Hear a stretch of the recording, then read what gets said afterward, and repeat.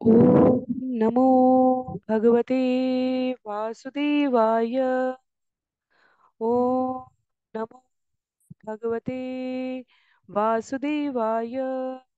ओम नमो भगवते वासुदेवाय। हरे कृष्णा। सभी भक्तों को सादर प्रणाम। श्रीमद् भागवतम महापुराण सत्रों की इन श्रृंखला में आज सत्र 571 571 में सभी भक्तों का स्वागत है। हम सभी यहाँ पर श्रीमद् भागवतम महापुराण को अंतर्राष्ट्रीय कृष्ण भावनामृत संघ के संस्थापक आचार्य कृष्ण कृपामूर्ति श्री श्रीमद् अभय चरणारविंद भक्ति वेदांत स्वामी श्रील प्रभुपाद की पुस्तक के माध्यम से भक्तों के संग श्रवण और पठन करने का प्रयास कर रहे हैं। जैसा कि सत्रों का प्रारूप है, वर्तमान विषय वस्तु का संक्षिप्त अवलोकन, तत्पश्चात मंगलाचरण और उसके बाद एक एक श्लोक का वाचन और अनुवाद, श्रवण और पठन करते हुए हम सभी इस सत्र में आगे बढ़ने का प्रयास करेंगे। वर्तमान विषय वस्तु के संदर्भ में बहुत ही संक्षिप्त पुनरावृत्ति के इस क्रम में यदि हम सभी को स्मरण हो तो पिछले सत्र में स्कंद 10 अध्याय 83, जहां कृष्ण की रानियों से द्रौपदी की भेंट के संदर्भ में द्रौपदी द्वारा पूछे जाने पर भगवान श्री कृष्ण की 8 प्रमुख पटरानियों ने और 16,100 रानियों में अग्रगण्यता रानी रोहिणी द्वारा भगवान के संग विवाह की अपनी कथा का उल्लेख किया गया। जहां अन्य रानियों ने संक्षिप्त क्रम में द्रौपदी के प्रश्न का उत्तर दिया, वहीं अंतिम कुछ श्लोकों में हमने देखा अध्याय के कि किस प्रकार पटरानी लक्ष्मणा ने विस्तार पूर्वक अत्यधिक उत्सुकता से, अत्यधिक प्रसन्नता से भगवान के संग अपने विवाह का उल्लेख किया। विश्वनाथ चक्रवर्ती ठाकुर ने विशेष रूप से उल्लेखित किया है वहां पर कि लक्ष्मणा अपने और भगवान के संबंध और इस विशेष निकटता के प्रति इतनी अधिक उत्साहित थी कि उन्होंने इस बात का विचार न किया कि उन्होंने अन्यों से अधिक समय लिया है। तो किंचित लजाती हुई वो स्वयं के साथ साथ सभी रानियों और पटरानियों की ओर से द्रौपदी के समक्ष अपनी भगवान के श्री चरणों में विवलता प्रस्तुत करती है। एक जो दूसरा बिंदु प्रमुख था पिछले अध्याय से, उसमें रानी रोहिणी जो समस्त 16,100 भौमासुर के द्वारा बंदी बनाई गई राजकुमारियों का प्रतिनिधित्व कर रही थी, उनके द्वारा द्रौपदी के सम्मुख जो विनयशीलता दिखाते हुए पंक्ति उद्धृत की गई है, वो सामान्य जीव के रूप में हम सभी के लिए बहुत महत्व की है। उन्होंने कहा, हम ब्रज की गोपियों की चरण धूलि बनना चाहेंगे, क्योंकि भगवान के जो संग बिताया गया समय व्रज की गोपियों का था, उसका उल्लेख समस्त रानियों पटरानियों ने श्रवण कर रखा था। तो इस प्रकार से अपने अपने स्तर पर सभी ने द्रौपदी के साथ, जहां अन्य बंधु बांधव परिजन आपस में मिलजुल रहे थे, वहां द्रौपदी जो भगवान श्री कृष्ण की अनन्यतम भक्तों में आती है, पटरानियों और रानियों से इस प्रकार कुशल वार्ता भेंट पूछती और मिलती है। तो आज के अध्याय में हम सभी कुरुक्षेत्र में ऋषियों के उपदेश इसको श्रवण करेंगे। तो समंत पंचक तीर्थ से संबंधित कुछ एक अध्यायों में, घटनाओं में ये विषय क्रमबद्ध तरीके से इस प्रकार से गतिमान है। जहां सबसे पहले सूर्य ग्रहण के अवसर पर समस्त राजा परिजन बंधु बांधव एकत्र हुए। उसके पश्चात स्नान आदि क्रियाओं से निवृत्त होने के पश्चात उपवास रखने के उपरांत श्लोक अध्याय संख्या 82 से आरंभ हुआ ये विषय, जहाँ ब्रजवासियों से पुनः भगवान को मिलने का अवसर प्राप्त होता है। ऋषियों के उपदेश से आगे बढ़ते हुए हम सभी श्रवण करेंगे कि कैसे देवकी के पुत्रों की वापसी हुई अगले अध्याय में। तो आज के लिए ऋषियों के उपदेश में आरंभ करने से पहले मंगलाचरण को गायन करने का प्रयास करेंगे। उनके पश्चात जिनके पास पुस्तक है वो पुस्तक का प्रयोग करेंगे। अन्य सभी की सुविधा के लिए हम सभी यहाँ पर स्क्रीन पर श्लोकों को दिखाने का भी प्रयत्न करेंगे। नारायणं नमस्कृत्य नरं चैव नरोत्तमं देवीं सरस्वतीं व्यासं ततो जयमुदीरयेत्। शृण्वतां स्वकथा कृष्ण पुण्यश्रवणकीर्तन यद्यन्तस्थो यभद्राणि विधुनोति सुयत्स्यतां। नष्टप्रायेषु भद्रेषु नित्यं भागवत सेवया भगवत्युत्तमश्लोके भक्तिर्भवति नैष्ठिकी। ॐ अज्ञानतिमिरान्धस्य ज्ञानाञ्जनशलाकया चक्षुन्मीलितं येन तस्मै श्रीगुरुवे नमः। मूकं करोति वाचालं पङ्गुं लङ्घयते गिरिं यत्कृपातमहं वन्दे परमानन्दमाधवं। वाञ्छाकल्पतरुभ्यश्च कृपा सिन्धुभ्य एव च पतितानां पावनेभ्यो वैष्णवेभ्यो नमो नमः। जय श्री कृष्ण चैतन्य प्रभु नित्यानंद, श्री अद्वैत गदाधर श्रीवासादि गौर भक्त वृंद। हरे कृष्ण कृष्ण कृष्ण हरे हरे, हरे राम राम राम हरे हरे। हरे कृष्ण कृष्ण कृष्ण हरे हरे, हरे राम राम राम हरे हरे। हरे कृष्ण कृष्ण कृष्ण हरे हरे, हरे राम राम राम हरे हरे। हरे कृष्णा। पुनः सभी को सादर प्रणाम। सत्र 571 में आज हम सभी स्कंद 10 अध्याय 84 आरंभ करने जा रहे हैं। अध्याय 84 जिसका नाम है कुरुक्षेत्र में ऋषियों के उपदेश, जहां ऋषियों का कुरुक्षेत्र में आगमन, भगवान कृष्ण की महिमा का उनके द्वारा गायन, वसुदेव द्वारा उत्साह पूर्वक यज्ञ संपन्न करना, विभिन्न राजा महाराजाओं की वापसी, नंद बाबा अन्य परिजनों के साथ युधिष्ठिर आदि राजाओं के कहने के उपरांत कुछ अधिक समय तक उपवास करना, इन सभी घटनाओं को यहाँ हम सभी श्रवण करने का प्रयास करेंगे। सुखदेव गोस्वामी कह रहे हैं श्लोक संख्या 1 में, श्री शुकुवाच श्रुत्वा पृथ सुबलपुत्र यथ याज्ञसेनी माधव्यथ क्षितिपपत्न्य उत सुपगोप्य कृष्णेऽखिलात्मनि हरौ प्रणयानुबन्धम् सर्वाविसिस्मयुअलम् अश्रुकलाकुलेक्ष्या सर्वाविसिस्म्युअलम् अश्रुकलाकुलाक्ष्य। सुखदेव गोस्वामी ने कहा, पृथा, गांधारी, द्रौपदी, सुभद्रा, अन्य राजाओं की पत्नियां तथा भगवान की ग्वालिन सखियां सभी जीवों के आत्मा तथा भगवान श्री कृष्ण के प्रति उनकी रानियों के अगाध प्रेम को सुनकर चकित थी और उनके नेत्रों में आंसू डबडबाए थे। तो जो पिछले अध्याय का विषय था वो यहाँ पर गतिमान रहते हुए सुखदेव गोस्वामी बता रहे कि किस प्रकार समस्त स्त्रियों की आ, संगठित आयोजित इस गोष्ठी की प्रमुख श्रोता द्रौपदी ने प्रश्न किया था और कृष्ण की रानियों द्वारा उसका उत्तर दिए जाने पर उपस्थित स्त्री समुदाय भगवान के प्रति अपने निवेदित प्रेम और रानियों के संग उनके इतने सुंदर संस्मरणों को सुनकर अत्यधिक प्रसन्न हो आया। कहते हैं श्री श्रीधर स्वामी कि गोपियां वास्तव में रानियों की स्वस्वरूपा थी, इसलिए रानियों के द्वारा गोपियों के प्रति जो स्नेह और प्रेम व्यक्त किया गया उसमें कोई आश्चर्य नहीं है। आगे समंत पंचक तीर्थ पर इस आयोजित गोष्ठी की कथा को बढ़ाते हुए सुखदेव गोस्वामी ने कहा है, इति संभाषमाणाशु स्त्रिभिः स्त्रीषु नृभिर्निषु आययुर्मुनयस्तत्र कृष्ण रामादिदक्षया द्वैपायनो नारदश्च च्यवनो देवलो वसित विश्वामित्र शतानंदो भरद्वाजो अथ गौतम राम सशिष्य भगवान वशिष्ठो गालवो भृगु पुलस्त्य कश्यपोचिष्य मार्कंडेयो बृहस्पति ऋतश्च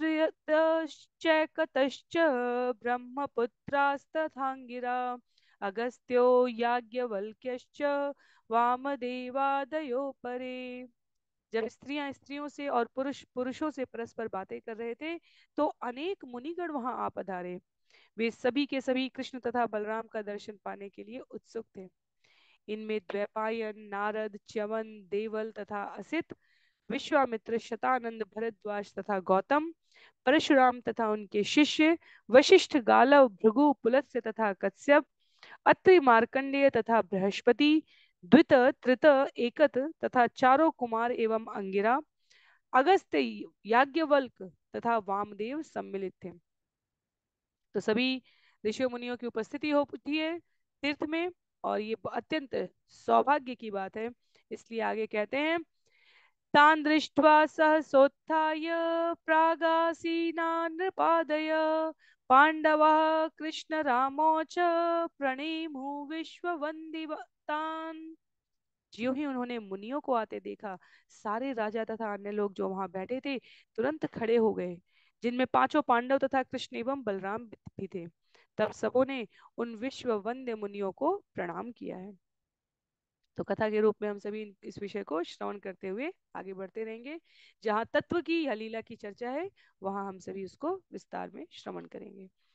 तानार्चु यथा सर्वे सह रामोच्युत अर्चयत् स्वागत आसन पाद्य अर्घ्यमाल्य धूपनुलेपने। भगवान कृष्ण, बलराम तथा अन्य राजाओं एवं प्रमुख व्यक्तियों ने उन मुनियों का सत्कार, आसन, पाद प्रक्षालन का जल, पीने के लिए जल, फूल मालाएं, अगरू तथा चंदन लेप अर्पित करते हुए विधिवत पूर्व पूजा की है। तो जब समस्त परिजन एक दूसरे से मिल रहे हैं, उस समय इन विशिष्ट ऋषियों के आगमन पर सभी उपस्थित माननीय गणों ने आवश्यक संसाधनों के साथ इनकी अभ्यर्थना की है। कहते हैं आगे, उवाच सुखम आसीनान भगवान धर्मगुप्तनु सदसह तस्य महतो यत वाचो अनुशृण्वत। जब सारे मुनि सुखपूर्वक बैठ गए, तो धर्म की रक्षा के निमित्त दिव्य शरीर धारण करने वाले भगवान कृष्ण ने उस विराट सभा में उन्हें संबोधित किया। हर व्यक्ति ने मौन मौन होकर बड़े ही ध्यान से भगवान को सुना है। तो भगवान के श्री वचन है यहाँ पर, श्री भगवान उवाच, अहो वयम जन्म भृतो लब्धम कार्ष्येन तत्फलम देवानामपि दुष्प्रापम यद्योगेश्वर दर्शनम। भगवान ने कहा, अब हमारे जीवन निश्चित रूप से सफल हो गए, क्योंकि हमें जीवन का चरम लक्ष्य महान योगेश्वरों के दर्शन, जो देवताओं को भी विरले ही मिल पाता है, प्राप्त हो गया। तो ये सत्य है। याज्ञवल्क, गौतम, भरद्वाज, वामदेव, वशिष्ठ, सनकादि ऋषि, सभी विशिष्ट ब्रह्मांड के माननीय ऋषिगण वहां उपस्थित थे। तो एक मनुष्य की भूमिका में उपस्थित भगवान ने कहा कि यह तो अत्यंत शुभ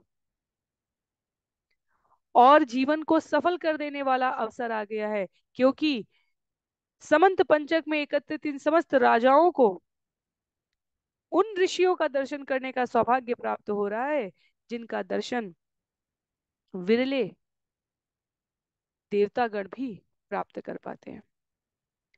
श्लोक संख्या 10 में कहते हैं भगवान आगे उद्धृत करते हुए, किम स्वल्प तपसाम नृणामाचार्यं देव चक्षुषाम दर्शन स्पर्शन प्रश्न प्रभ पादार्चन आदिकम। वे लोग जो अधिक तपस्वी नहीं और जो ईश्वर को मंदिर में उनके अर्चा विग्रह के रूप में ही पहचानते हैं, भला ऐसे लोग अब आपको कैसे देख सकते हैं, छू सकते हैं, आपसे प्रश्न कर सकते हैं, आपको नमस्कार कर सकते हैं, आपके चरणों की पूजा कर सकते हैं और अन्य विधियों से आपकी सेवा कर सकते हैं। तो जब तुलसीदास बाबा हो गए, वाल्मीकि जी हो गए, जब श्रील प्रभुपाद हो गए, भक्ति विनोद ठाकुर, नरोत्तम दास ठाकुर, अन्य सभी आचार्य, भक्ति सिद्धांत सरस्वती जी विशेष रूप से कहते हैं कि सत्संग दुर्लभ है, तो यह अतिशयोक्ति नहीं है। भागवतम कहता है यहाँ पर कि देवताओं को भी इन मुनियों के दर्शन करना दुर्लभ था।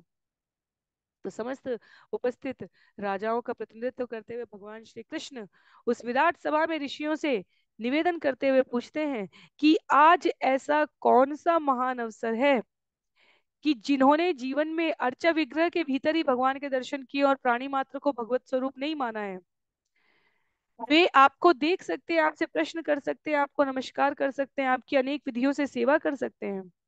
ऐसा अति विशिष्ट शुभ अवसर किस प्रकार से संभव हुआ है? भगवान ऐसा ऋषियों से पूछ रहे हैं। कहते हैं, न हि अपमयानि तीर्थानि न देवा मृक्षशिलामया ते पुनन्ति उरुकालेन दर्शनादेव साधव। केवल जलमय स्थान ही असली पवित्र तीर्थ स्थान नहीं होते, न ही मिट्टी तथा पत्थर की कोरी प्रतिमाएं असली आराध्य देव हैं। ये किसी को दीर्घ काल के बाद ही पवित्र कर पाते हैं, किंतु संत स्वभाव वाले मुनिजन दर्शन मात्र से पवित्र कर देते हैं। पुष्टि करता है भागवतम यहाँ पर ये बतलाते हुए कि तीर्थ स्थान और साधु संग में यदि एक को चुनना हो, दोनों उपलब्ध हो तो बहुत अच्छी बात है, पर यदि एक को चुनना है तो जीव को साधु संग को वरीयता देनी चाहिए, क्योंकि साधु संग चलते फिरते तीर्थ स्थान है।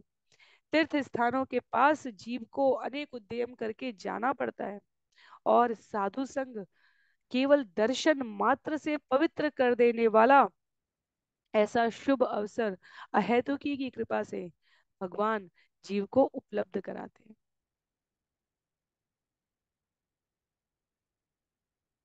वर्णन है आगे। साधु संग की महिमा का उल्लेख करते हुए कहते हैं श्री भगवान, न अग्नि न सूर्य न च चंद्र तारका, न अग्नि न सूर्यो न च चंद्र तारका, न भूजलम खगम श्वसनोथ वाङ्मन, उपासिता भेद कृतो हरन्त्यगम, विपश्चितो ज्ञान्ति मुहूर्त सेवया। न तो अग्नि के नियामक देवता सूर्य तथा चंद्रमा, न ही पृथ्वी, तारागण, जल, आकाश, वायु, वाणी तथा मन के अधिष्ठाता देवता अपने उन पूजकों के पापों को हर पाते हैं जो द्वैत के दृष्टिकोण से देखने के अभ्यस्त हैं, किंतु ज्ञानी मुनिजन आदर पूर्वक कुछ ही क्षणों तक भी सेवा किए जाने पर मनुष्य के पापों को नष्ट कर देते हैं। सुनने में बहुत ही सरल पंक्ति है और बहुत सारा सार और अर्थ निहित है इसमें। क्या कह रहे हैं भगवान? कहते हैं कि पृथ्वी, तारागण, जल, आकाश, वायु, वाणी, मन, अधिष्ठाता देवता, जिनकी भी पूजक पूजा कर ले, शास्त्रों के ज्ञान का जो सार है, द्वैत के दृष्टिकोण को नष्ट करने का जो साहस है, जो योग्यता है, वो केवल मुनियों के दर्शन में है। द्वैत के दृष्टिकोण का अर्थ यहाँ पर हमें स्पष्ट समझ लेना चाहिए कि भगवान स्वामी है, मैं सेवक हूं। ये स्पष्टीकरण कर्मकांड से नहीं आता। अपनी सुकृतियों के लाभ से हम आध्यात्मिक जीवन में उत्तिष्ठ होने की, ऊर्ध्वगमन करने की योग्यता प्राप्त नहीं कर पाते। उसके लिए तो कोई ऐसा साधु चाहिए, कोई ऐसा ज्ञानी मुनिजन चाहिए जिसकी सेवा करने से, जिसका संग प्राप्त करने से क्या हो जाए? चेतो दर्पण मार्जनम भव महादावाग्नि निर्वापणम। चेतो दर्पण मार्जनम, जन्म जन्मांतर से जो मन के दर्पण पर धूल जमा है, उसे तो किसी साधु की वाणी ही समाप्त कर सकती है। हमारे वर्तमान आवश्यकताओं की तुष्टि और पूर्ति के लिए की गई कर्मकांड की उपासना हमें भगवत प्राप्ति नहीं करा सकती, हमारे जीवन से द्वैत के द्वंद्व को नष्ट नहीं कर सकती, हमें उसके, हमारे विचारधारा को उससे मुक्त नहीं कर सकती। हम शाश्वत दास हैं, भगवान शाश्वत स्वामी हैं। शरीर और आत्मा अलग है, इसका बोध किसी साधु का संग कराता है, क्योंकि जब साधु जीव को उसकी चिरंतन अवस्था का बोध कराता है, यह भौतिक जगत, यह विश्व पहले भी था, आज भी है और आगे भी रहेगा और समाप्त होकर पुनः प्रस्फुटित होगा। जीव अपनी गति में अंतर लाने के लिए आध्यात्म का यदि आश्रय नहीं लेगा तो पुनरपि जन्मम पुनरपि मरणम पुनरपि जननी जठरे शयनम, पुनः जन्म, पुनः मृत्यु और पुनः माता के गर्भ में आने का कष्ट भोगना पड़ेगा। और कहते हैं शंकराचार्य, भज गोविंदम, गोविंदम भज मूढ़मते। तो भौतिक स्थिति से परे आध्यात्मिक दृष्टिकोण का विकसित करण केवल और केवल शुद्ध वैष्णवों का संग करने से, उनका सम्मान करने से, उनकी सेवा करने से, उनके व्यवहार का अनुसरण करने से प्राप्त होता है। यहाँ भगवान के शब्दों में इसकी पुष्टि की गई है।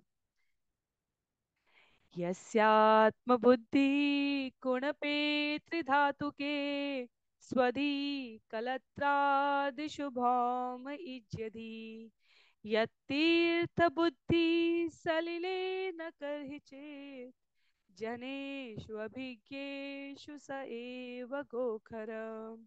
जो व्यक्ति कफ पित्त तथा वायु से बने निष्क्रिय काया को स्वयं मान बैठता है, जो अपनी पत्नी तथा अपने परिवार को स्थायी रूप से अपना मानता है, जो मिट्टी की प्रतिमा या अपनी जन्मभूमि को पूज्य मानता है, या जो तीर्थ स्थल को केवल जल मानता है किंतु आध्यात्मिक ज्ञानियों को अपना ही रूप नहीं मानता, उनसे संबंध का अनुभव करना, उनकी पूजा नहीं करता अथवा उनके दर्शन नहीं करता, ऐसा व्यक्ति गाय या गधे के तुल्य है। तो बहुत ही कड़ी उपमा है। यहाँ पर कहा जा रहा है कि जो ये नहीं समझ पाता कि ये शरीर बाहर से कितना भी सुंदर बनाए रखने का हम प्रयास करें, इसका अर्थ ये नहीं कि हम बाहर से सुंदर बनाए रखने का प्रयास ना करें। हमें कुतर्क में नहीं जाना है, हमें तथ्य को उसके विषय के अनुसार समझना है। शरीर को स्वच्छ रखना, सुंदर रखना अत्यंत आवश्यक है। तथापि आचार्य कहते हैं यहाँ पर कि ये ज्ञान, ये भान नहीं विस्मृत होना चाहिए कि अंततः शरीर रक्त, कफ, पित्त, वायु, मेरु, रज्जा इन सब से ही बना हुआ है। हाड़ मांस के शरीर के ऊपर काया का, इस त्वचा का आवरण दिया गया है। अंततः यह शरीर शाश्वत नहीं है। अंततः शरीर में जो यंत्र के समान है, जैसे कोई कार है, कोई और अन्य वाहन है, वो यंत्र है। जब तक उस पर चालक सवार नहीं होता है, अब हम कहें कि ऑटोमेटेड गाड़ियां आ गई हैं, तो हमें उसके लिए भी ध्यान रखना पड़ेगा कि उस ऑटोमेटेड के पीछे भी बटन दबाने वाला कोई नियंता बैठा है। तो शरीर के भीतर जो आत्म तत्व है वो चिरंतन है। जब तक जीव मैं शब्द को शरीर के साथ नहीं बल्कि आत्मा के साथ संबंध करना ना सीख जाए, तब तक उसका जीवन पशु तुल्य है। आगे कहते हैं कि तीर्थ स्थान को केवल जन्म क्षमा कीजिए तीर्थ स्थान को केवल जल मानने वाला, जन्मभूमि को केवल अपने शरीर के उत्पन्न संबंधों से जानने वाला, आध्यात्मिक ज्ञानियों को न मानने वाला, पूजा न करने वाला, उनकी सेवा न करने वाला, ये सब पशु के लक्षण है। तो मनुष्य के रूप में बुद्धि की जो मिथ्या पहचान शरीर और उससे जुड़े हुए संबंधों के साथ हो सकती है, उसको पुनः स्मृति कराने के लिए यहाँ पर तात्पर्य में बृहस्पति संहिता का उल्लेख करते हुए कहते हैं आचार्य, अज्ञात भगवद धर्म मंत्र विज्ञान संविद नरास्ते गोखरा ज्ञेया अपि भूपाल वंदिता। जो लोग भगवान की भक्ति के सिद्धांत को नहीं जानते, उन्हें गौवे तथा गधे के रूप में जानना चाहिए, क्योंकि भले ही वे वैदिक मंत्रों की पारिभाषिक व्याख्या करने में कितने ही पटु क्यों ना हो और विश्व नेताओं द्वारा क्यों ना पूजे जाते हो, पर इस शरीर के साथ अपने आप को संबंधित करने वाले जीव अंततः पशु श्रेणी में ही आते हैं। आगे कहते हैं सुखदेव गोस्वामी, श्रीशुकुवाच निशम्येतं भगवत कृष्णस्य कुण्ठमेधस वचो दुरन्वयं विप्रा तुष्णीमासन भ्रमद्धिय।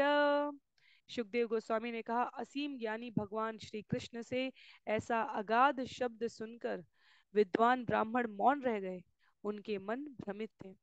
तो ऋषियों की उपस्थिति पर भगवान ने उपस्थित अन्य राजसी चिन्हों से सज्जित व्यक्तित्वों को इस प्रकार से संबोधित किया जिसमें ऋषियों की उपस्थिति की अतीव महिमा है। तो उल्लेख आता है यहाँ पर कि विद्वान ब्राह्मण मौन रह गए, वे सोचने लगे कि हम सभी यहाँ एकत्र हुए हैं। आचार्य कहते हैं आगे, वो सभी सोचने लगे कि हम तो एकत्र हुए हैं भगवान की स्तुति करने के लिए, भगवान का दर्शन पाने के लिए, भगवान की महिमा गाने के लिए। और भगवान क्या कर रहे हैं यहाँ पर, उपस्थित ऋषियों की ही स्तुति वंदना सुंदर शब्दों से उनका अभ्यर्थन करने लगे। तो कहते हैं सुखदेव गोस्वामी, चिरम विमृश्य मुनिय ईश्वरस्यैषितव्यतां जन संग्रह इत्युचु स्मयन्तस्तं जगद्गुरुम्। मुनिगण कुछ समय भगवान के इस आचरण पर विचार करते रहे, जो एक अधीनस्थ जीव के आचरण जैसा लग रहा था। उन्होंने यह निष्कर्ष निकाला कि वे सामान्य जनों को उपदेश देने के लिए ऐसा अभिनय कर रहे हैं। अतः वे मुस्कुराए और जगत गुरु से इस प्रकार बोले। तो ऋषियों ने विचार किया कि ये उल्टी गंगा कैसे बहने लगी। हम तो यहाँ समंत पंचक में कृष्ण और बलराम के दर्शन करके, उनको वंदन करके अपने जीवन को सुफल बनाने के लिए एकत्र हुए हैं, पर यहाँ पर तो भगवान ने दूसरा ही रुख ले लिया। भगवान उपस्थित राजाओं को कृतकृत्य करने वाले आगंतुक ऋषियों की महिमा मंडन में अपने आप को व्यस्त रख रहे हैं।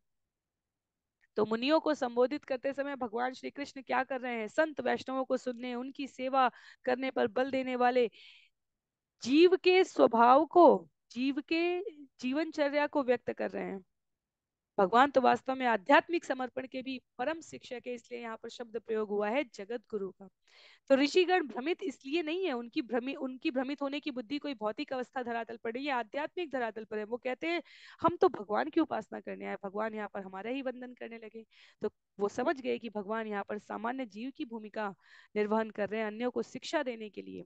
और जब उन्हें ये समझ में आया, तब वे परम गुरु शिक्षक जगत गुरु भगवान को संबोधित करते हुए कहते हैं, कह रहे हैं, श्री मुनिय उचु यन्मायया तत्त्वविदुत्तमा वयं विमोहिता विश्वसृजामधीश्वरा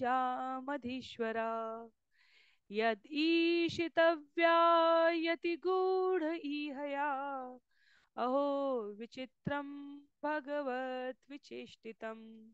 उन महान मुनियों ने कहा, आपकी माया शक्ति ने सत्य को सर्वोत्तम ढंग से जानने वाले तथा विश्व के प्रमुख सृष्टा हम सबों को मोहित कर लिया है। ओ, भगवान का आचरण कितना आश्चर्यजनक है। वे अपने को मानव जैसे कार्यों से आच्छादित करके अपने को किसी श्रेष्ठ नियंत्रण के अधीन होने का स्वांग रच रहे हैं। तो भगवान स्पष्ट कर रहे हैं, जीव इस जगत में यदि माया से स्वतंत्र रहना चाहता है तो उसे साधु संग में, भगवान के श्री चरणों में, गुरु के आश्रम में अधीन रहना चाहिए। गुरु के आश्रय में पराधीन रहने वाला जीव इस जगत के समस्त द्वंद्वों में स्वतंत्र रह सकता है। तो मुनि कहते हैं, भगवान हम समझ गए, आपकी माया जो बड़े बड़े ऋषियों को आच्छादित कर दे, जो सत्य को सर्वोत्तम ढंग से छुपा कर रखने में सक्षम है, वो आप स्वयं मानव जैसे कार्य करके यहाँ हमको बड़ा दिखाते हुए अपने से किसी श्रेष्ठ के नियंत्रण के अधीन होने का स्वांग रच रहे हैं। सामान्यतः ये विषय जब जब स्वतंत्रता की, मुक्ति की बात आती है, शास्त्र में स्त्री और पुरुष के लिए इसकी अलग अलग अभिव्यक्ति है। सनातन शास्त्रों को कई बार अनापेक्षित तरीके से, बिना क्रमबद्ध अध्ययन के प्रस्तुत करने का जब प्रयास होता है, तो उसमें दिखाया जाता है, स्त्री के लिए पंक्ति प्रयोग कर दी जाती है कि विवाह से पूर्व से पिता या भाई के संरक्षण में, विवाह के पश्चात पति के, और समयांतर पर वृद्ध होने पर या पति की अनुपस्थिति में अपने पुत्र के संरक्षण में रहना चाहिए। तो ऐसा लगता है कि इसमें नारी मुक्ति मोर्चावाद की कोई असंगत पंक्ति व्यक्त कर दी गई है। शास्त्र कहते हैं हर व्यक्ति को, नारियों के लिए विशेष रूप से इसलिए वहां पर कहा गया है क्योंकि जिस प्रकार हम अपने जीवन की विशिष्ट वस्तु को अत्यधिक संभाल कर रखते हैं, पुरुष से अधिक दायित्व नारी का कहा गया है समाज के सम्यक मूल्यों की शिक्षा देने वाले, स्थापित करने वाले सूत्रधार के रूप में। तो अपने से किसी श्रेष्ठ के नियंत्रण में रहने का शास्त्र का निर्देश पुरुष और स्त्री दोनों के लिए समान रूप से है।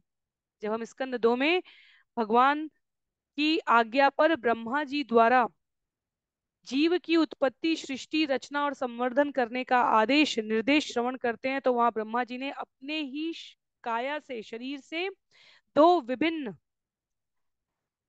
लिंग वाले जीवों को उत्पन्न किया है, जिसमें स्त्री और पुरुष आते हैं। तो शरीर का अंतर केवल इस शरीर के सृजन करने का है, आत्म तत्व के रूप में स्त्री और पुरुष में कोई भिन्नता नहीं है। और भगवत गीता अध्याय 1 में जब अर्जुन भगवान श्री कृष्ण के समक्ष कारण प्रस्तुत करते हैं कि उन्हें क्यों युद्ध नहीं करना चाहिए, उसमें वो स्त्री, वृद्ध, अबाल, शिशुओं की रक्षा की बात करते हैं, तो कई बार वहां पर प्रश्न आते हैं कि स्त्रियों के लिए इस प्रकार नियंत्रण में रहने की बात क्यों है, क्यों कही गई है। यहाँ स्पष्ट कहा गया है भागवतम के इन शब्दों में, मानव को अपने से किसी श्रेष्ठ व्यक्ति के नियंत्रण में रहना चाहिए। पुरुषों के लिए यदि वो राजा है तो अपने से वरिष्ठ जो ब्राह्मण है, जो समाज के नीति निर्देशक तत्व हैं, उनके बारे में बताया गया है। सामान्य जीवों के लिए भी अपने गुरु के आश्रय में रहने के लिए कहा गया है। तो किसी न किसी के नियंत्रण में, और वास्तव में देखा जाए तो इस भौतिक जगत का संचालन किसी न किसी के नियंत्रण में रहकर ही हो रहा है। जब विद्यार्थी हैं तो अध्यापक, स्कूल के, विद्यालय के, कॉलेज के, उनके नियंत्रण में रहने की बात की जा रही है। जब हम कार्यरत हैं तो हम में से प्रत्येक किसी न किसी वरिष्ठ के नियंत्रण में रहकर ही अपने कार्यों को संपादित करते हैं, और जैसे जैसे योग्यता का वर्धन होता जाता है वैसे वैसे हम नियंत्रण में रहते हैं और हमारे नियंत्रण में कोई आने लगता है। परिवार की वृद्धि में भी हमें इसी क्रम का बोध होता है, और जो लगे कि किसी के नियंत्रण में नहीं है वो प्रकृति के नियंत्रण में है, तीन प्रकार के गुणों के अधीन है, और जो इनसे परे होता है वो क्या हो जाता है, वो सीधे भगवान के श्री चरणों में नियंत्रित रहता है। इसलिए उसे अन्य कहीं नियंत्रित होने की आवश्यकता नहीं होती। तो ये पंक्ति हमारे लिए बहुत महत्व की है समझने के इस अर्थ में कि नियंत्रण शब्द, ये भौतिक जगत ही नियंत्रण से संचालित हो रहा है। सूर्य, चंद्र, विभिन्न नक्षत्र, तारे, विभिन्न दिग दिगांत, लोकपाल, दिशाओं के अधिपति देवता, सभी अपने से वरिष्ठ के नियंत्रण में कार्य कर रहे हैं। इसलिए ये नियंत्रण यदि हमें अप्रिय लगे तो हमें परम नियंत्रणकारी भगवान के श्री चरणों में अपने आप को समर्पित करना चाहिए। तब हमारे जीवन की समस्त गतिविधियां उनके इच्छा के निमित्त संचालित होने लग जाती हैं।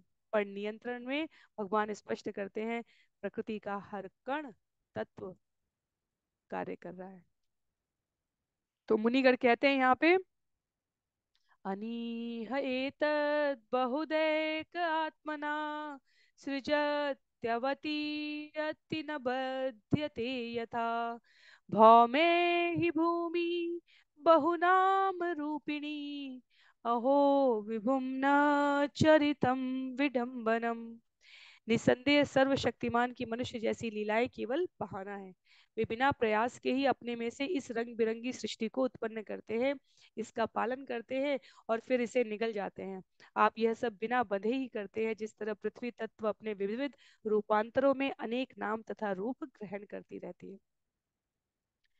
सत्र के बीच में ही जो यहाँ पर पिछले श्लोक में व्यक्त की गई स्त्री और पुरुष की स्वतंत्रता के लिए अभिव्यक्ति है, उसके प्रति टिप्पणी मिली है, जिसमें कहा जा रहा है कि स्त्रियों की ही केवल स्वतंत्रता नहीं है और नियंत्रण कार्य प्रवृत्ति नहीं होनी चाहिए, अपितु पुरुषों की भी होनी चाहिए। तो बिल्कुल इसको व्यक्त करने का भी प्रयास किया गया है कि प्रत्येक वर्ण में, प्रत्येक आश्रम में, प्रत्येक व्यवस्था में, समाज की सुनियोजित हर कोई किसी न किसी के नियंत्रण में अपने आप को व्यक्त करता है, और इस नियंत्रण को सामंजस्य, हम सभी एक शासन के अध्येता के नियंत्रण में कार्य कर रहे होते हैं। नियमों की, नियमावली का यदि हम उल्लंघन करते हैं तो हमें उस प्रकार से फल मिलता है।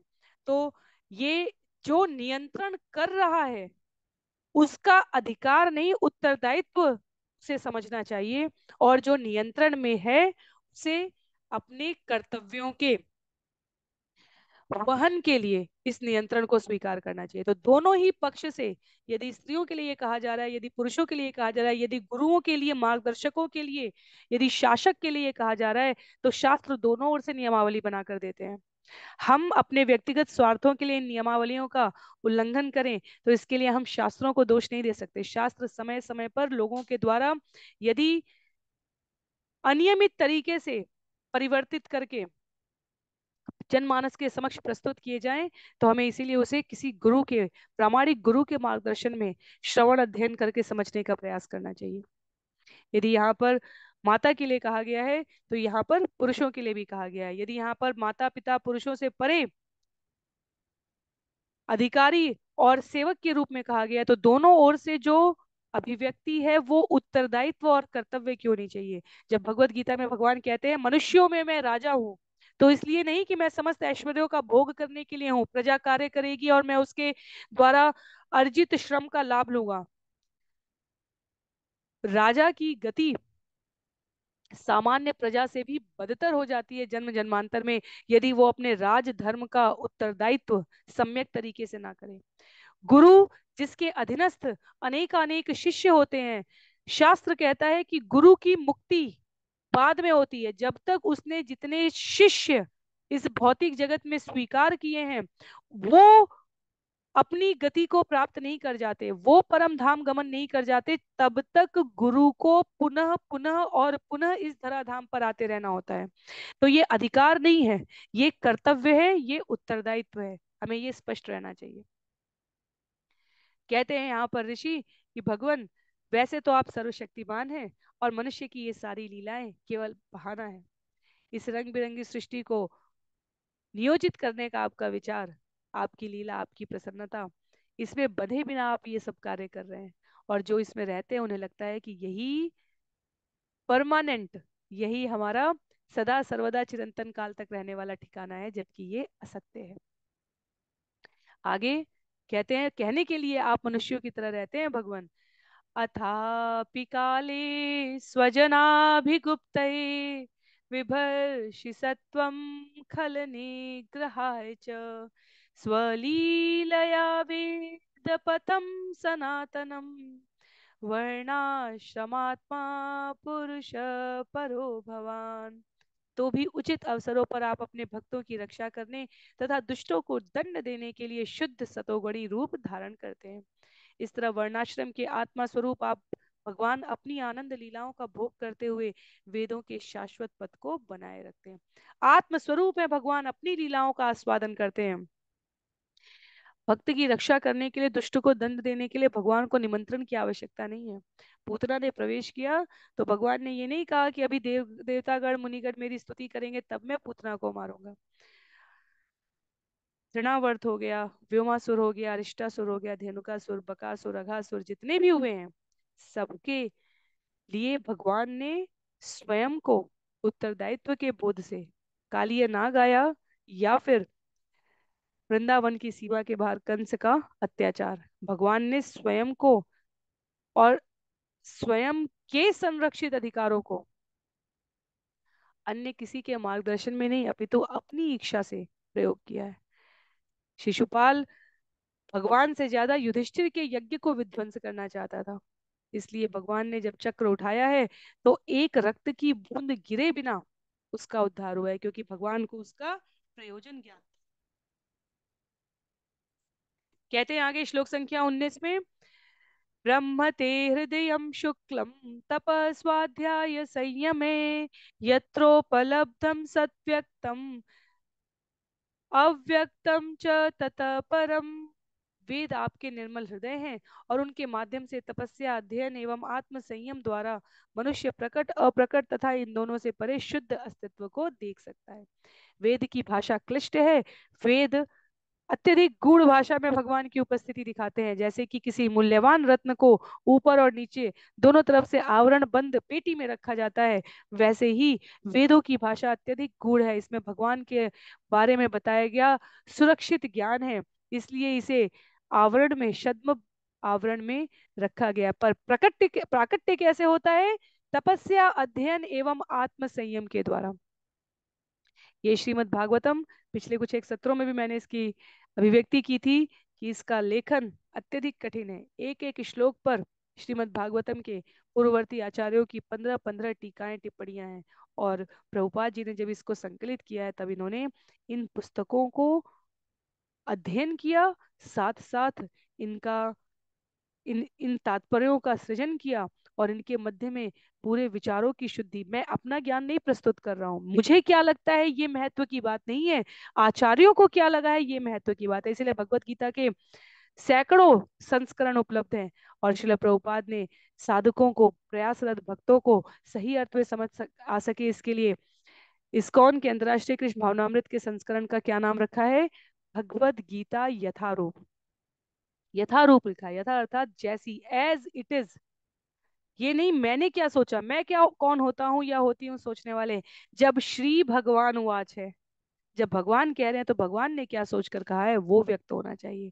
तो आचार्य यहाँ पर ऋषि मुनिगण कह रहे हैं कि तपस्या, अध्ययन और आत्म संयम के द्वारा हृदय निर्मल होने पर वेद का गुह्य ज्ञान प्रकट हो पाता है। और इसके लिए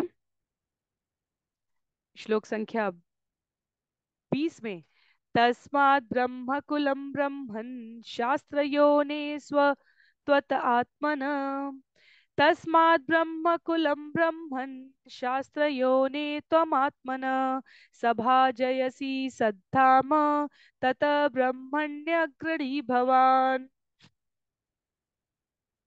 अतएव हे पर ब्रह्म, आप ब्राह्मण कुल के सदस्यों का आदर करते हैं, क्योंकि वे ही पूर्ण अभिकर्ता हैं जिनके माध्यम से वेदों के साक्ष्य द्वारा कोई व्यक्ति आपका साक्षात्कार कर सकता है। इसी कारण से आप ब्राह्मणों के अग्रणी पूजक हैं। ब्राह्मण वर्ग वर्ण यहाँ पर गुण कर्म और स्वभाव से प्रेरित व्यक्तियों के लिए कहा जा रहा है, जिनके जीवन में अध्ययन, अध्यापन, वेद पठन पाठन, समाज के नीति निर्देशक तत्वों की रचना करना और उनका पालन करने के लिए प्रशासक वर्ग को प्रेरित करना है, जो धन लाभ संचय की प्रवृत्ति नहीं रखते, अपितु जिनका सामाजिक संरक्षण प्रशासक वर्ग द्वारा सुनिश्चित किया जा सके, ताकि वे अपना ध्यान खाने सोने इंद्रिय चित्त वृत्ति से परे उच्चतर मूल्यों की स्थापना में व्यतीत करने में लगा सकें। वो ब्राह्मणों के प्रति भगवान का अत्यधिक आदर है, और उन ब्राह्मणों का भगवान के प्रति अत्यधिक आदर है। तो परस्पर विनिमय है ये, भगवान उन ब्राह्मणों का सम्मान करते हैं, वो ब्राह्मण अपने आप को सदैव भगवान की सेवा में तत्पर रखते हैं। और इसलिए यहाँ पर ऋषिगण भगवान के द्वारा कहे गए सुंदर शब्दों के प्रति कृतज्ञता ज्ञापित करते हुए कहते हैं कि आपने हमारा महान उद्बोधन गायन सामान्य मनुष्य की भूमिका में किया है, पर हमें ज्ञात है कि आप सामान्य मनुष्य नहीं है। आप यहाँ जो लीला जो अभिनय कर रहे हैं, उसमें आप मानव मूल्यों को स्थापित करने के लिए जीवों को बता रहे हैं कि कैसे उन्हें साधु संतों का, भक्तों का, ब्राह्मणों का सम्मान करना चाहिए। पर क्योंकि हम ऋषिगण अपनी मूल प्रवृत्ति में आपके अत्यधिक गूढ़ रहस्य को जानते हैं, आप पूर्ण पुरुषोत्तम भगवान है, इसलिए यदि हम आपके प्रति अपनी कृतज्ञता ज्ञापित करते हुए सुंदर शब्द निवेदित ना करें तो यह अक्षम्य होगा। कहते हैं, अद्य नो जन्म साफल्यम विद्याया तपसो दृश त्वया संगम्य सद्गत्या यदंत श्रेयसाम पर। आज हमारा जन्म, शिक्षा, तपस्या तथा दृष्टि सभी पूर्ण हो चुके हैं, क्योंकि हम समस्त संत पुरुषों के लक्ष्य आपसे सानिध्य प्राप्त करने में समर्थ हो सके हैं। निसंदेह आप स्वयं ही अनंतिम अर्थात परम आशीर्वाद है। हमारे जन्म की पूर्णता क्या है, शिक्षा की पूर्णता क्या है, तपस्या की पूर्णता क्या है, और दृष्टि का साफल्य, नेत्रों की जो दृष्टि है उसका साफल्य किसमें है। शिक्षा, तपस्या, जन्म और दृष्टि ये पूर्ण है यदि हम जीव और आत्म तत्व का अंतर अपने जीवन में स्मरण कर सके, समझ सके, व्यवहार में ला सके। मुनिगण यहाँ पर भगवान के प्रति अपने आदर और उनके बदले में मुनियों की पूजा की तुलना करते हुए कहते हैं कि भगवान आप ही अनंतिम अर्थात परम आशीर्वाद है।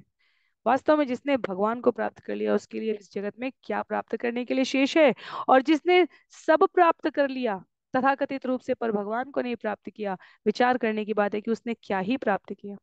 शुकर कुकर की श्रेणी से लेकर इस जगत में सबसे सरल उदाहरण जो सदैव आचार्य देते हैं और हमें स्मरण रखना चाहिए कि प्रत्येक राष्ट्र की वर्तमान में करेंसी होती है, और उस करेंसी पर जिसका चित्र छपा है वो व्यक्ति भी यदि उपस्थित होकर कह दे कि ये मेरा धन है, तो इस जगत के नियम के अनुसार अज्ञात रूप से हम सभी को पता है जो चला गया वो वापस नहीं आएगा। तो यदि भारत के संदर्भ में उदाहरण के लिए महात्मा गांधी स्वयं आज आकर कह दे, अरे इतनी सारी करेंसी में मेरा धन, मेरा नोट मेरा नाम छपा हुआ है, ये धन मेरा हो गया, तो क्या वास्तव में ये उन्हें पुनः दे दिया जाएगा? क्योंकि अज्ञात रूप से हमारे सबकॉन्शियस माइंड में, अवचेतन मस्तिष्क में यह धारणा पूरी तरीके से पुष्ट है कि जिसने एक बार शरीर छोड़ दिया वो पुनः नहीं आता। और इतने दशकों और शताब्दियों में जो कुछ एक उदाहरण हमें पुनर्जन्म के मिलते हैं वो इस अवधारणा पर मिलते हैं कि पुनर्जन्म की जो अवस्था और व्यवस्था शास्त्रों में की गई है वो कर्म फल के सिद्धांत को प्रतिपादित करने के लिए है, ना कि पिछले जन्म में कमाए गए धन को पुनः आकर अपना बताते हुए उस पर अधिकार स्थापित करना। किसी के साथ ऐसा हो जाए इसका कोई भौतिक, आध्यात्मिक, व्यवहारिक, सामाजिक, अंतर्राष्ट्रीय किसी भी प्रकार का नियम नहीं है। तो मुनिगण यहाँ पर कहते हैं भगवान आप परम स्वतंत्र हैं, आपकी पूजा करके प्राप्त होने वाला लाभ अक्षुण्ण है, क्योंकि आप अनंतिम हैं, आप परम आशीर्वाद है, समस्त प्रकार की सिद्धि का फल है भगवान। जैसे भगवान को प्राप्त कर लेने के पश्चात कुछ शेष नहीं रह जा सकता, वैसे ही भगवान के प्रति अपनी सेवा समर्पित करने वाले जीवों का परम विश्वास होना चाहिए। यदि भगवान कुछ देना चाहेंगे तो इस जगत की कोई शक्ति हमसे ले नहीं सकती, और यदि भगवान लेना चाहेंगे तो इस जगत की कोई शक्ति हमसे वापस रखवा नहीं सकती, भले ही वो हमारा जीवन ही क्यों ना हो।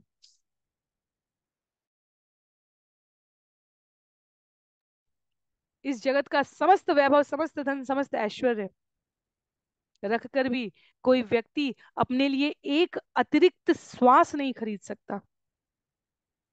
वेंटिलेटर पर लगाकर यदि हमें लगे कि हम जीवित हैं, तो वो वास्तव में एक छलावा होता है। अपना समस्त धन लगाकर कोई व्यक्ति एक अतिरिक्त सांस नहीं खरीद सकता, श्वास की बात की जा रही है, क्योंकि काल की गणना में ये निश्चित की जा सकी है। क्या व्यक्ति अतिरिक्त खरीद सकता है जो इस श्वास के जीवन के पश्चात भी उसके काम आती है? वो है इस प्रत्येक श्वास का सर्वाधिक सदुपयोग करके, इन इंद्रियों का सम्यक प्रयोग करके भगवान के नाम और उनके द्वारा इच्छित काम में अपने को समर्पित कर देना। श्लोक संख्या 22 में कह रहे हैं। तो यह अध्याय लंबा है, समय की उपलब्धता के अनुसार हम सभी इसको अगले सत्र में भी चर्चा करेंगे। इस अध्याय में करीब, यदि मुझे सही से याद है, तो 71 श्लोक है, और हम सभी अभी आरंभिक श्लोकों में हैं।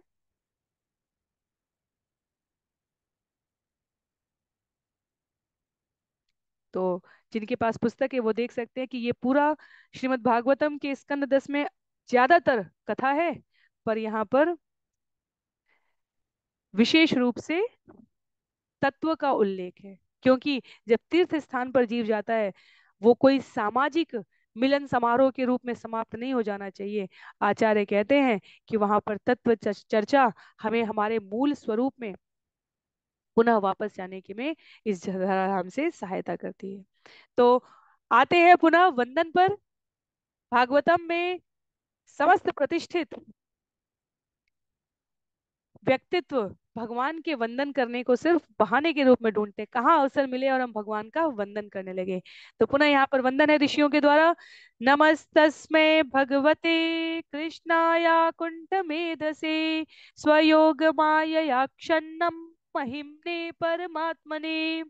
हम अनंत बुद्धिमान बुद्धि वाले परमात्मा, हम अनंत बुद्धि वाले परमात्मा अर्थात पूर्ण पुरुषोत्तम भगवान श्री कृष्ण को नमस्कार करते हैं, जिन्होंने अपनी योग माया द्वारा अपनी महानता को छिपा रखा है। तो यदि देवताओं को भी आसानी से उपलब्ध न होने वाले ऋषि मुनि उपस्थित हैं, तो हमें इस बात का धैर्य होना चाहिए, इस बात में आश्चर्य नहीं होना चाहिए कि ऋषि मुनि अब यहाँ पर जो उद्घाटित करेंगे वो भी परम गूढ़ रहस्य होगा।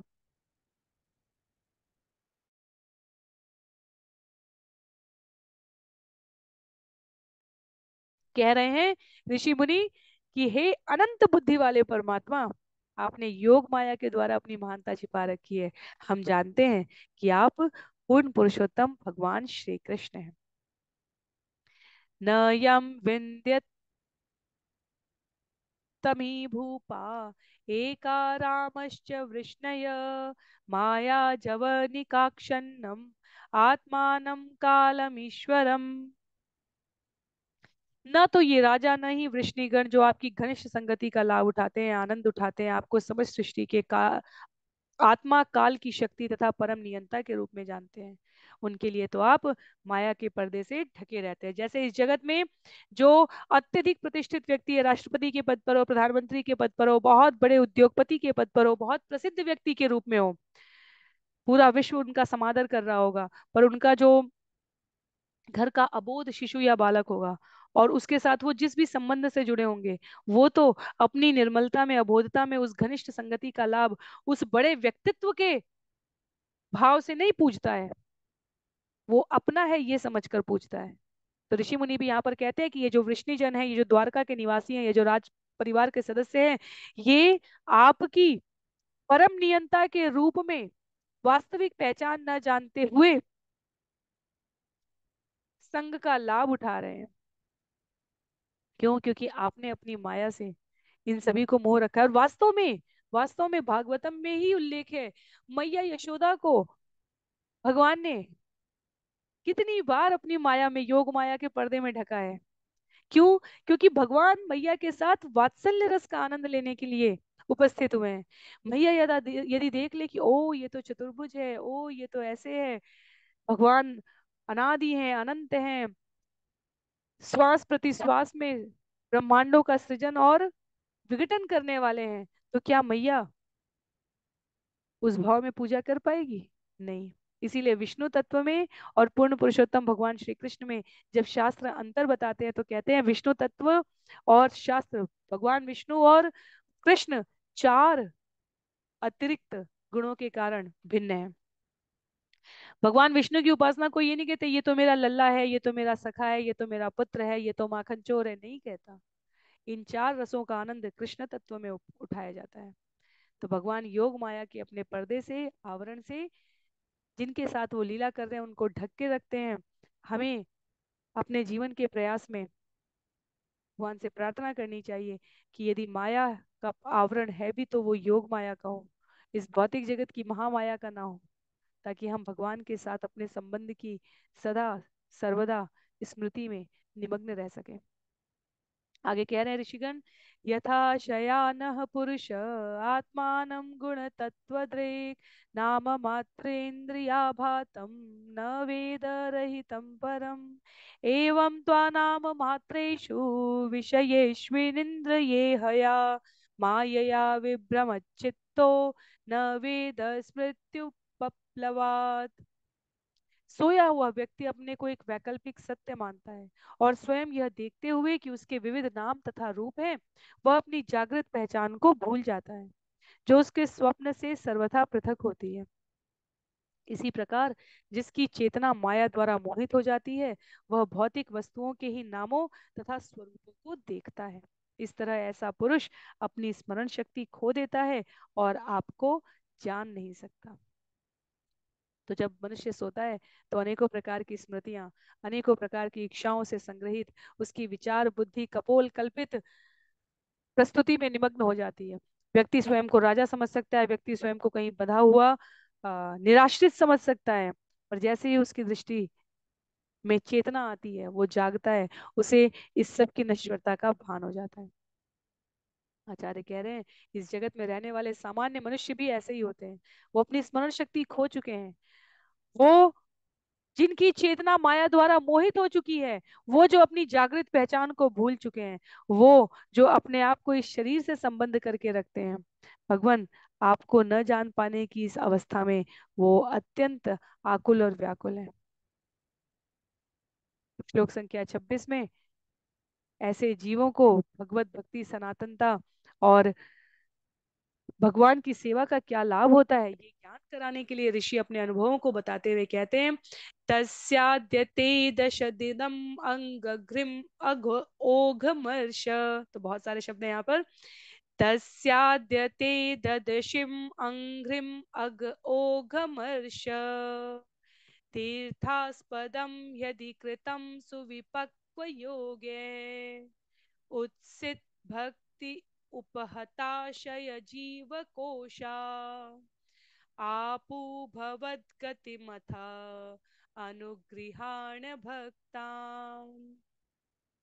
आज हमने आपके उन चरणों का प्रत्यक्ष दर्शन पा लिया जो उस पवित्र गंगा नदी के उद्गम है, जो पापों के ढेरों को धो डालती है। पूर्ण योगी आपके चरणों का ध्यान उत्तम विधि से अपने हृदयों में कर सकते हैं, किंतु केवल वे जो आपकी पूरे मन से भक्ति करते हैं और इस तरह आत्मा के आवरण भौतिक मन को दूर करते हैं, वे आपको अपने अंतिम गंतव्य के रूप में प्राप्त करते हैं। अतएव आप हम अपने भक्तों पर कृपा प्रदर्शित करें। तो ऋषि मुनि ने कहा भगवान ये बहुत अच्छी बात है कि आप यहाँ उपस्थित राजाओं को ये ज्ञान देने का प्रयास कर रहे हैं कि हम ऋषि मुनि कितने महान हैं। सामाजिक स्थिति से, व्यवहारिक दृष्टि से हम आपकी इस शिक्षा का सम्मान करते हैं, पर भगवान हमारा क्या? आप कहते हैं कि हमारा दर्शन देवताओं को भी दुर्लभ है, पर भगवान आपका दर्शन, आपके दर्शन के लिए तो ये घनिष्ठ मित्र संगति के रूप में जो राज पुरुष परिवार के सदस्यों के रूप में, मित्रों के रूप में यहाँ एकत्रित हुए हैं, सहज ही पा रहे हैं। तो हमको इस दर्शन से, इस कृपा से, इस सौभाग्य से वंचित ना करें भगवान। आपके दर्शन, आपके चरणों का प्रत्यक्ष दर्शन पाकर जिसके लिए पूर्ण योगी ध्यान की उत्तम विधि का पालन भी कर लें तो भी उनको दीर्घ काल तक का समय लग जाता है। आज आपकी कृपा से आपके श्री चरणों में हम उपस्थित हुए हैं, तो हम पर अपनी कृपा प्रदर्शित करें। सुखदेव गोस्वामी कहते हैं, इस प्रकार परस्पर सुंदर भावों का दोनों पक्षों ने विनिमय किया है। श्री शुकुवाच इत्यनुज्ञाप्य दाशार्हं धृतराष्ट्रं युधिष्ठिरं राजर्षेष्वाश्रमान् गन्तुं मुनयो दधिरे मना। सुखदेव गोस्वामी ने कहा, हे ज्ञानवान राजा, इस तरह कहकर मुनियों ने दाशार, धृतराष्ट्र तथा युधिष्ठिर से विदा होने की अनुमति ली और अपने अपने आश्रमों को जाने के लिए तैयार होने लगे। तत वीक्ष्य तानुपवृज्य वसुदेवो महायशा प्रणम्य च उपसंगृह्य बभाष इदं सुयंत्रित। यह देखकर कि वे साधु प्रस्थान करने वाले हैं, सम्मान्य वसुदेव उनके पास पहुंचे और उन्हें नमस्कार करने एवं उनके चरण स्पर्श करने के बाद उन्होंने अत्यंत सावधानी से चुने हुए शब्दों में उनसे कहा। तो वसुदेव की बात की जा रही है यहाँ पर, वासुदेव और ऋषियों का संवाद हो चुका है। अब वासुदेव के पिता वसुदेव ऋषियों को नमस्कार करने के पश्चात सावधानी से चुने हुए शब्दों में कुछ निवेदित करते हैं। क्या कह रहे हैं? श्री वसुदेव उवाच नमो वः सर्वदेवेभ्य ऋषयः श्रोतुमर्हथ कर्मणा कर्म निर्हारो यथा स्यात् न तत् उच्यताम्। श्री वसुदेव ने कहा, हे समस्त देवताओं के आश्रय, आपको नमस्कार है। हे ऋषियों, कृपा करके मेरी बात सुने। कृपा करके हमें यह बतलाएं कि मनुष्य का कर्मफल किस तरह आगे और कर्म करके विनष्ट किया जा सकता है। कहते हैं आचार्य, यहाँ पर पूर्ण पुरुषोत्तम भगवान श्री कृष्ण उपस्थित है। ऋषियों ने अभी अभी संबोधित किया, पर मनुष्य के रूप में कर्तव्य की पूर्ण पुष्टि करने के लिए वासुदेव जान गए कि ऋषि मुनि तो उनको उनके मूल स्वरूप में पहचान गए हैं और इसलिए उनको सेवा करने का अवसर नहीं प्रदान करेंगे। पिता के माध्यम से प्राणी मात्र को सीख देने के लिए ये निवेदन यहाँ वसुदेव के द्वारा किया जा रहा है, जिसमें इच्छा मूल रूप से भगवान की है। वो कहते हैं, ऐसा मार्ग बताइए कि कर्म करते हुए कर्म के फल से हम मुक्त हो सके। ऐसे कर्म करें जिनसे कि हमारे कर्मों का फल समाप्त हो जाए। कितना चतुराई भरा प्रश्न है। श्री नारदो वाच नाति चित्रम इदं विप्रा वसुदेवो बुभुत्सया कृष्णं मत्वा अर्भकं यन्न पृक्ष्यति श्रेय आत्मना। श्री नारद मुनि ने कहा, हे ब्राह्मणों, यह उतना आश्चर्यजनक नहीं है कि जानने की उत्सुकता से वसुदेव ने अपने चरम लाभ के विषय में हमसे प्रश्न किया है, क्योंकि वे कृष्ण को मात्र एक बालक ही मानते हैं। तो वसुदेव यहाँ पर भगवान की योग माया से प्रभावित हैं। यदि वो पूर्ण पुरुषोत्तम भगवान मानेंगे तो फिर पिता के रूप में स्नेह कैसे कर पाएंगे? इसलिए वासुदेव की और भगवान के अधीनस्थ, भगवान के द्वारा रक्षित ऋषियों की ये जो चर्चा हुई, वसुदेव ने इसको श्रवण तो किया, और अधिक जानने की, अधिक समझने की, सामान्य गृहस्थ की अपनी भूमिका भगवान की प्रेरणा से संचालित करते हुए वे ऋषियों से मनुष्य के चरम लाभ के संबंध में प्रश्न कर रहे हैं। सामान्य जगत का प्राणी होगा तो कहेगा, ये पूरे उपस्थित व्यक्ति का जो समुदाय है, ये मेरी इतनी प्रशंसा कर रहा है, मेरा इतना सम्मान और अधिकार दिखा रहा है, और आप उन्हीं को पुनः मान दे रहे हैं। पर भगवान समस्त प्रकार के द्वंद्वों से परे हैं। उन्होंने ये नहीं सोचा कि अभी अभी तो इन ऋषियों ने मेरी इतनी उपासना की, और ये वसुदेव, इन ऋषियों ने मुझे उनके जीवन का लक्ष्य बताया, और ये वसुदेव अपने जीवन के लक्ष्य के लिए इन ऋषियों से क्या पूछने चल दिए। तो ये भगवान का और सामान्य मनुष्य का अंतर है। भगवान काम, क्रोध, लोभ, मद, मोह, मत्सर, जितने भी प्रकार के इस भौतिक जगत के विकार हैं, उनसे सर्वथा परे हैं। श्लोक संख्या 31 में वसुदेव द्वारा पूछे गए इस प्रश्न का आगे संदर्भ देते हुए कह रहे हैं सुखदेव गोस्वामी, सन्निकर्षोत्र मर्त्यानाम अनादरण कारणम गांगम हित्वा यथा अन्य अम्भ तत्रत्याति शुद्धये। इस संसार में परिचय बढ़ने से आदर पनपता है। उदाहरणार्थ, जो व्यक्ति गंगा के तट पर रहता है वह अपनी शुद्धि के लिए गंगा की उपेक्षा करके अन्य किसी जलाशय को चला जाए। यस्यानुभूति कालेन लयोत्पत्त्यादिनाश्यवे स्वतो अन्यस्माच्च गुणतो न कुतश्चन नृष्यति। तम क्लेश कर्म परिपाक गुण प्रवाहे तम क्लेश कर्म परिपाक गुण प्रवाहे अव्याहतानुभवमीश्वरमद्वितीयम् प्राणादिभिः स्वविभव वैरूप गूढ़मन्यो मन्येत सूर्यमिव मेघहिम उपरागे। भगवान की चेतना कभी भी काल द्वारा, ब्रह्मांड की सृष्टि तथा संहार द्वारा, अपने ही गुणों में परिवर्तन द्वारा या किसी अन्य कारण से, चाहे वह स्वजनित हो या बाह्य हो, विचलित नहीं होती। भले ही अद्वितीय भगवान की चेतना भौतिक कष्ट द्वारा, भौतिक कर्म द्वारा या प्रकृति के गुणों के निरंतर प्रवाह द्वारा प्रभावित न होती हो, किंतु तो भी सामान्य व्यक्ति यही सोचते हैं कि भगवान प्राण तथा अन्य भौतिक तत्वों को अपनी ही सृष्टियों से आच्छादित है। जिस तरह कोई व्यक्ति यह सोच सकता है कि सूर्य बादल, बर्फ या ग्रहण से ढक गया है, तो सामान्य मनुष्यों को ऐसा लग सकता है कि सूर्य बादल से ढक गया है, पर यह सोचना कि सूर्य ढक गया है तो प्रकाश की अवस्था कहाँ है। सूर्य अपनी लीला से कुछ समय के लिए आच्छादित अवश्य दिख सकता है, भगवान कभी भी भौतिक गुणों के प्रवाह से आच्छादित नहीं होते। भगवान की चेतना वास्तव में कभी किसी वस्तु, व्यक्ति, स्थिति से बाधित नहीं होती। अपने अज्ञान के कारण यदि हमारी योग्यता 5 किलोमीटर देखने की है इन नेत्रों से बिना किसी अवरोध के, तो हम 50 किलोमीटर नहीं देख सकते। यदि हमारा जीवन काल ही अधिकतम 100 वर्षों का है, तो आज से 101 वर्ष बाद क्या होगा, ये देखने के लिए हम उपस्थित नहीं रहेंगे। जीव सीमित है, भगवान असीमित है। जीव नश्वर है, ये शरीर के रूप में, पर आत्म तत्व शाश्वत है जो परमात्मा से संबंधित है। इसलिए सामान्य प्रेक्षक के रूप में यदि कुछ सीमित है तो वो हमारी सामर्थ्य सीमित है, भगवान की सामर्थ्य नहीं, वो तो सामर्थ्य के मूल स्रोत है। तो इस प्रकार से वसुदेव संबोधित कर रहे हैं ऋषियों को। उल्लेख है यहाँ पर श्री सुखदेव गोस्वामी द्वारा, अथ उचु मुनय राजन आभास्य आनक दुंदुभिम सर्वेशम शृण्वताम राज्ञाम तथैव अच्युत रामयो। सुखदेव गोस्वामी ने कहा, हे राजन, तब मुनियों ने वसुदेव को संबोधित करते हुए फिर से कहा, जबकि भगवान अच्युत तथा बलराम के साथ ही साथ सारे राजा सुन रहे थे। क्या कहा, कर्मणा कर्म निर्हार एष साधु निरूपित यत् श्रद्धया यजेत विष्णु सर्व यज्ञेश्वरम मखे। मुनियों ने कहा, यह निश्चित निष्कर्ष निकाला जा चुका है कि कर्म को उसके आगे और भी कर्म करके निष्फल किया जाता है। जब मनुष्य श्रद्धा पूर्वक समस्त यज्ञों के स्वामी विष्णु की पूजा करने के साधन स्वरूप वैदिक यज्ञ संपन्न करता है।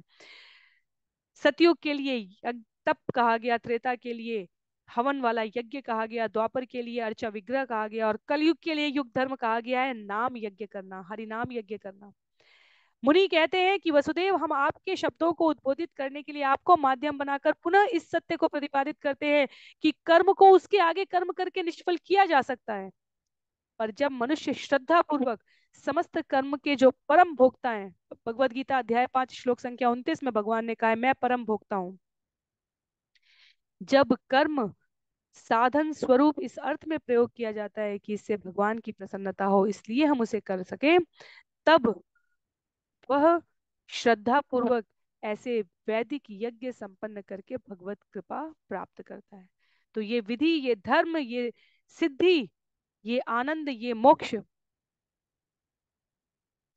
मुनि आगे क्रमबद्ध तरीके से इसी अध्याय में बताते रहेंगे। अगले सत्र में हम सभी स्कंद 10 अध्याय 84 श्लोक संख्या 36 से इस विषय को आगे श्रवण करने का प्रयास करेंगे।